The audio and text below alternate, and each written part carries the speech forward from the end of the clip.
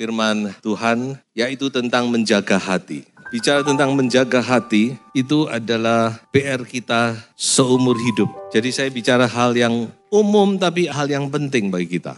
Jadi ini harus selalu kita perhatikan, menjaga hati. Mengapa harus menjaga hati? Karena dikatakan dari situlah terpancar kehidupan. Coba baca ya ayatnya ya. Jagalah hatimu dengan segala kewaspadaan, dari situlah terpancar kehidupan. Kita harus jaga hati kita lebih dari segala yang patut dijaga. Jadi kita melihat di sini bahwa menjaga hati itu sangat penting. Dan kalau bicara menjaga hati itu sangat luas. Tapi saya mau bicara dari sisi negatifnya dulu. Ada menjaga hati dalam sisi positif, artinya hal-hal positif itu harus kita jaga. Tapi ada hal-hal yang negatif harus kita buang. Nah ini yang saya akan bicara.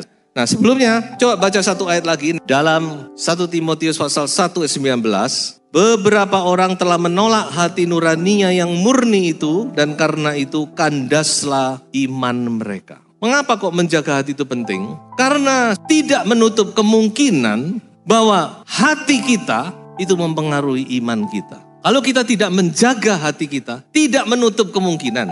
Artinya bisa ya, bisa tidak. Tapi firman Tuhan berkata ini, iman bisa kandas. Kata kandas itu shipwreck. Jadi seperti kapal yang tenggelam di tengah laut. Tidak sampai kepada tujuan. Jadi kalau kita melihat ayat ini, maka sekarang kita mengerti bahwa betapa pentingnya. Walaupun ini hal yang umum, hal yang sederhana, tapi perlu kita perhatikan bagaimana hati kita ini. Supaya hati kita ini berkenan di hadapan Tuhan. Karena Tuhan itu melihat hati.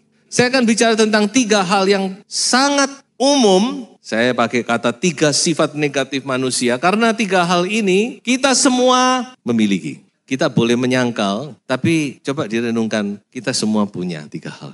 Makanya Tuhan bilang, jaga dengan waspada, jaga, pelihara, lindungi. Nah 3 hal ini penting sekali saya sampaikan karena ini hal yang perlu kita hindari. Yang pertama adalah menjaga hati dari kesombongan. Jadi kesombongan ini ada di dalam hati manusia. Karena dari awal kita lihat kan, jadi kesombongan itulah yang membuat Adam dan Hawa jatuh. Ketika iblis ngomong, kamu akan jadi seperti Allah. Wah, jadi seperti Allah. Nah ini saudara, kesombongan itu. Apa kesombongan itu? Ya silakan banyak sekali definisi, tapi saya pakai satu definisi yang gampang. Kesombongan adalah lupa diri.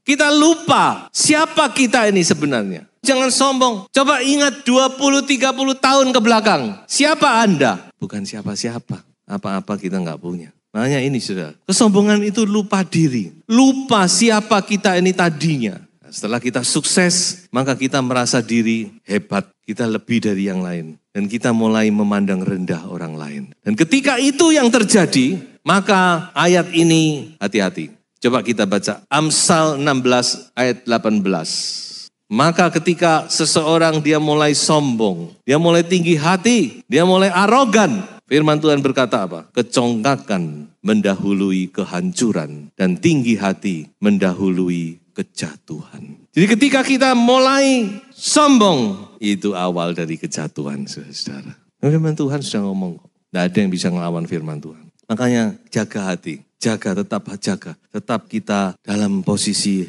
humble, humility, gentle and meek. Tuhan kita itu gentle and meek. Meek itu M-E-E-K, itu artinya rendah hati. Aku lemah lembut dan rendah hati. Ingat itu. Tuhan Yesus itu rendah hati loh. Padahal dia itu Allah yang di atas segala Allah bukan? Tapi ketika dia turun dalam dunia, bahkan tempat kelahirannya saja nggak layak. Dia mengambil palungan. Dan palungan itu menjadi trademarknya Tuhan. Ketika malaikat berkata kepada para gembala, cari bayi itu. Apa Tuhan? Di mana? Alamatnya di mana? Nggak usah repot-repot. Cari bayi yang ditaruh di atas palungan. Itulah juru selamat. Dan ketika dia dengan popularitas yang puncak, dia masuk ke kota Yerusalem. Dikatakan apa? Dia mengendarai keledai beban yang mudah. Raja di atas segala raja naik keledai. Jadi inilah sebuah teladan kerendahan hati. Lucifer jatuh karena kesombongannya. Yesaya 14 ayat 14. Jadi Lucifer itu jatuhnya karena apa? Karena kesombongan. Dia ingin menyamai yang maha tinggi. Dia ingin ini, ingin. Aku ingin, aku. Dan dari tempat yang tinggi dia jatuh ke bawah. Nah ini kita harus jaga hati kita. Nah mungkin saudara-saudara bertanya, saya ini sebenarnya sombong apa enggak gitu ya. Saya beritahu, sombong enggak itu bukan dilihat dari penampilan ya. Bisa dari penampilan, tapi belum tentu juga. Nah sekarang kita mau lihat lebih jauh, dari mana kita tahu kita ini sombong atau tidak. Nah, saya ambil sebuah contoh di dalam 2 Tawarikh 26. Sebuah kisah tentang seorang raja yang bernama Raja Uzia. Raja Uzia, kalau saudara baca, Raja Uzia ini memulai dengan luar biasa. Dalam usia 16 tahun dia menjadi raja dan dia dimentor oleh seorang yang saleh sehingga dia bertumbuh menjadi seorang raja yang takut akan Tuhan. Dia mencari Tuhan dan Tuhan memberkati Uzia luar biasa. Sehingga dia dari nobody menjadi somebody. Orang tahu tentang Uzia. Terkenal di mana-mana, masyhur di mana-mana. Dia kuat, mempunyai angkatan perang yang kuat, yang luar biasa. Raja-raja tunduk kepadanya. Dan firman Allah mencatat di dalam ayat yang ke-16. Saya bacakan 2 Tawarikh 26 ayat 16. Setelah ia menjadi kuat, ia menjadi tinggi hati. Sehingga ia melakukan hal yang merusak. Ia berubah setia kepada Tuhan Allahnya dan memasuki bait Tuhan untuk membakar ukupan di atas mezbah pembakaran ukupan. Uzia ketika dia sudah kuat, dia merasa I am the king. Aku penguasa, aku yang punya hak dalam segala-galanya. Dan dia melakukan sesuatu yang tidak boleh dia lakukan. Yaitu dia masuk ke bait Allah, masuk ke ruang kudus. Dia membakar ukupan di situ. Apa yang salah? Membakar ukupan kok. Salah. Mengapa? Karena itu bukan haknya. Itu haknya imam-imam keturunan Harun. Dipercaya untuk membakar ukupan. Walaupun dia raja, walaupun dia orang nomor 1 di negara itu. Tapi dia tidak boleh melewati batas itu. Makanya ketika dia mulai lakukan itu, imam-imam kepala semua datang, tegur Uzia. Uzia kamu keliru, cepat keluar. Ini bukan hakmu. Dan sudah lihat apa yang terjadi. Ayat yang ke-19.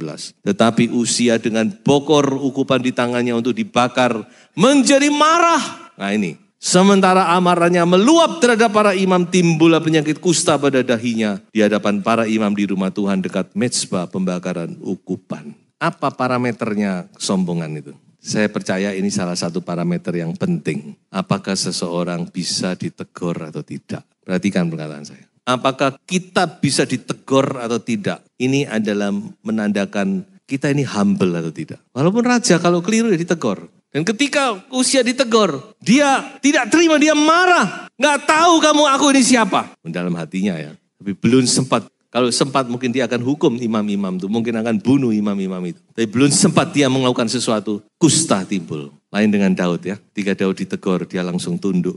Walaupun yang ditegur seorang nabi biasa Nathan. Daud, you are the man. Engkaulah orangnya. Langsung dia sadar, dia tunduk. Dia minta ampun kepada Tuhan. Banyak raja-raja dalam kisah, raja-raja kalau saudara mau lihat. Raja-raja yang tadinya hebat, dipakai Tuhan luar biasa. Tapi ketika dia sudah diangkat tinggi, dia sombong. Tidak bisa lagi ditegur, tidak bisa lagi diberitahu oleh orang. Makanya belajar. Mungkin dalam perjalanan ini, kalau sudah ditegur, sudah dinasehati, terima, jangan marah. Siapapun kita masih bisa keliru kok. Jadi ini salah satu parameter, apakah seseorang itu humble atau tidak. Yaitu apakah dia bisa menerima nasihat orang lain, bisa menerima teguran, atau dia marah ketika diperingatkan. Jadi inilah satu hal yang perlu kita waspadai, yaitu tentang arogansi, kesombongan. Kita harus jaga hati kita. Biarlah kita tetap humble di hadapan Tuhan. Kita ingat siapa kita, seperti Daud. Ketika dia diangkat tinggi, dia datang ke bait Tuhan, dia duduk di situ, dia berkata siapa aku ini Tuhan. Tidak layak aku terima penghormatan demikian. Yang kedua, ada hal yang kedua juga seringkali saya tidak sadar kita lakukan. Yaitu iri hati, jealous. Amsal berkata bahwa iri hati itu lebih kejam dari amarah. Amarah itu bisa kejam, tapi iri hati itu masih lebih kejam dari amarah. Karena iri hati itu bisa mengakibatkan fitnah, bahkan sampai pembunuhan.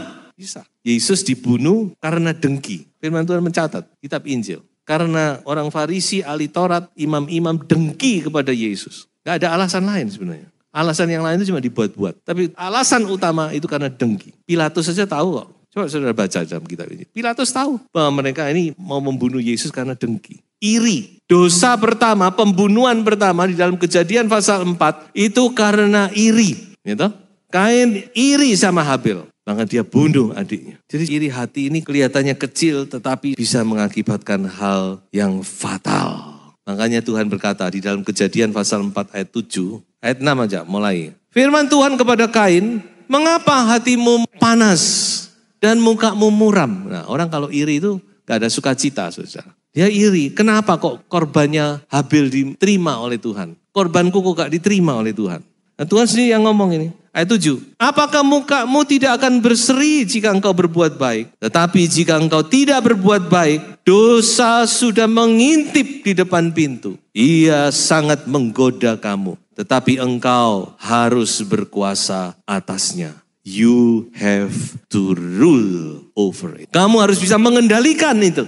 Itu pesan Tuhan kepada Kain. Kamu harus bisa kendalikan. Karena Tuhan tahu hatinya Kain. Dan Kain tidak bisa mengendalikan. Sehingga berakibat kepada sebuah pembunuhan. Iri hati ini melanda semua orang. Saudara masih ingat enggak? Di minggu terakhir, hari-hari terakhir, Tuhan Yesus mau naik ke salib. Murid-murid masih cengkre, masih bantah-bantahan, masih bertengkar. Apa yang dipertengkarkan? Siapa yang paling besar di antara kita nanti? Otot-ototan semua merasa diri nanti yang paling besar di dalam kerajaan surga. Padahal Tuhan Yesus sedang menghadapi salib. Bahkan itu sesudah mereka makan malam perjamuan kudus dan mau berangkat ke Taman Getsemane, mereka masih bertengkar. Jadi sudah jalan ke salib, mereka masih bertengkar siapa yang paling besar. Gak nemen saudara. Itulah manusia. Ya saudara-saudara, ayo kita jaga hati kita. Ketika orang lain diangkat tinggi, ketika orang lain diberkati, tidak perlu iri. Kita semua punya porsi masing-masing. Kalau bukan porsi kita, tidak akan sampai kepada kita. Waktu bangsa Israel mau masuk Kanaan, mereka melewati beberapa tempat. Ada tempatnya Moab dan Amon, ada tempatnya Edom. Tuhan ngomong, kamu jangan serang tempat mereka. Kamu lewat saja, karena aku tidak memberikan tempat ini kepadamu. Kalau diserang pasti kalah, karena ini mereka lagi hebat-hebatnya, lagi di puncak-puncak. Tuhan bilang, aku gak berikan ini bukan bagianmu. Jangan diambil, lewat saja. Kalau diizinkan lewat, kalau diizinkan ya sudah. Kalau kamu diizinkan lewat, kalau kamu minum bayar, kamu lewat, jangan diapa-apakan mereka. Jadi Tuhan itu punya bagian-bagian masing-masing. Nanti kita akan ke sana, saudara ya. Nah, sekarang yang ketiga, apa yang harus kita waspadai? Yaitu serakah. Apa itu keserakahan? Keserakahan itu artinya tidak pernah puas. Tidak pernah merasa cukup. Selalu merasa kurang. Selalu ingin lebih. Ingin punya semua, ingin dimiliki. Itu kata Amsal kan. Dikatakan ada 4 hal yang tidak pernah merasa cukup. Di dalam Amsal 30 ayat 15 dan 16. Lalu dikatakan di situ lintah. Itu enggak pernah merasa cukup. Ini punyaku, ini punyaku, ini punyaku. Nah itu kata firman Tuhan. Jadi kita harus berhati-hati.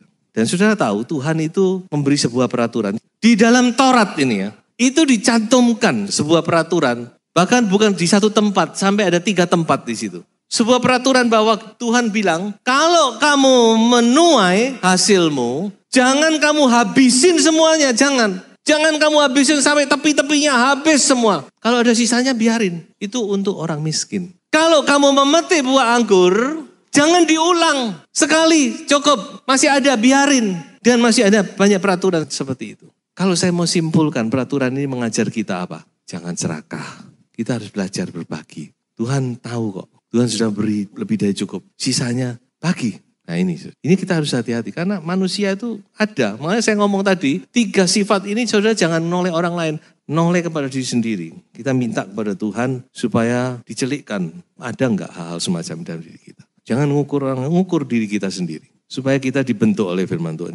Dan firman Tuhan di dalam perjanjian baru malah punya tekanan yang lebih mengerikan. Di dalam Kolose pasal 3 ayat 5, Paulus berkata gini saudara. Karena itu matikanlah dalam dirimu segala sesuatu yang duniawi. Yaitu percabulan, kenajisan, hawa nafsu, nafsu jahat, dan juga keserakahan. Yang sama dengan penyembahan berhala. Jadi ini harus menjadi perhatian kita. Nah sekarang sebelum saya tutup dan akhiri, kita sudah tahu ada 3 hal ini, kita harus jaga hati kita. Sekarang masalahnya yaitu bagaimana kita menjaga hati kita. Kita harus menjaga itu dengan FBI. Apa FBI itu? Coba saya terangkan.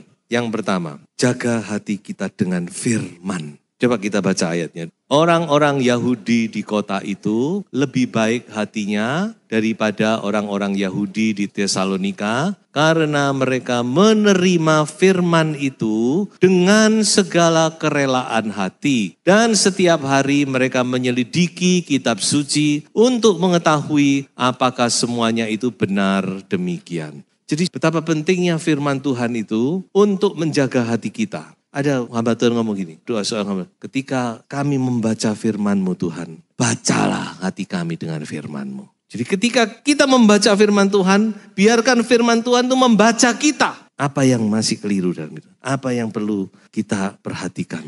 Apa yang perlu kita benahi? Jadi dikatakan di sini orang Yahudi di kota Berea itu lebih baik hatinya. Mengapa mereka lebih baik? Karena mereka terbuka kepada firman Tuhan. Mereka izinkan firman Tuhan itu menyelidik hati mereka. Membentuk hati mereka.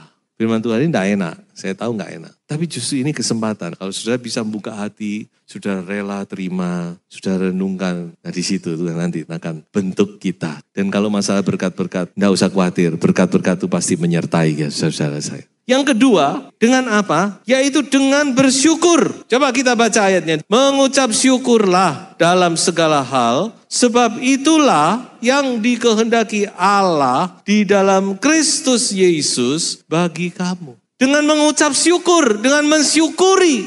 Mensyukuri apa? Mensyukuri berkat-berkat Tuhan. Terutama dalam hal merasa tidak puas tadi, tidak cukup tadi. Kalau saudara bisa mensyukuri, terima kasih Tuhan. Saya bisa begini, itu sudah kemurahan Tuhan. Jadi bisa dua, bisa orang lain itu kok lebih dari saya, ini kok lebih. Atau saudara bisa mengingat, terima kasih Tuhan. Saya masih bisa begini, puji Tuhan. Saya bisa menikmati, puji Tuhan. Mensyukuri bukan? Tuhan yang mau membentuk kita kok saudara-saudara. Membentuk bagaimana? Sampai satu titik, hanya Tuhan yang kita banggakan. I am proud of you Lord. Semuanya itu sampai satu titik saudara akan merasa semuanya tidak ada apa-apanya kalau nggak ada Tuhan. Nah ini Tuhan akan bentuk, akan terus bentuk. Coba mulai dengan mengucap syukur, syukuri saudara. Semua berkat-berkat Tuhan syukuri. Puji Tuhan, terima kasih Tuhan baik. Kalau kita bisa mengucap syukur ini menjaga hati kita sekali. Dan yang ketiga, nah ini yang tadi saya katakan, yaitu dengan iman, dengan percaya. Apa yang kita percayai? Mazmur 16 ayat 6. Mari kita baca ayatnya. Tali pengukur jatuh bagiku di tempat-tempat yang permai. Ya, milik pusakaku menyenangkan hatiku. Seperti yang saya katakan, ini gambarannya waktu bangsa Israel dibagi tanah oleh Yosua. Tiap suku itu punya tanah sendiri-sendiri. Dan itu dengan undian. Tapi sudah ada tuh. Tanah ini daerahnya ini, tanah ini daerahnya ini, tanah ini daerahnya ini. Dan di dalam ayat ini kita melihat sebuah iman yang dinaikkan kepada Tuhan. Saya percaya bahwa tali pengukur, bagian, porsi, my portion yang Tuhan berikan kepadaku, itu yang terbaik. Amin. Saudara harus punya iman yang Tuhan berikan untuk saudara, itu yang terbaik. Istri yang Tuhan berikan, yang terbaik. Suami yang Tuhan berikan, itu yang terbaik. Anak-anak yang Tuhan percayakan, itu yang terbaik. Because that is your portion. Itu adalah bagian yang Tuhan berikan. Yang diukurkan Tuhan kepada saudara. Dan saudara tidak akan menginginkan hal-hal yang lain yang bukan bagian kita. Kita akan merasa cukup karena milik pusakaku menyenangkan hatiku. Haleluya. Dengan demikian kita menjaga hati kita. Kiranya Tuhan tolong Bapak Ibu saudara sekalian. Mari kita memiliki hati yang berkenan kepada Tuhan supaya hati Tuhan disenangkan. Haleluya.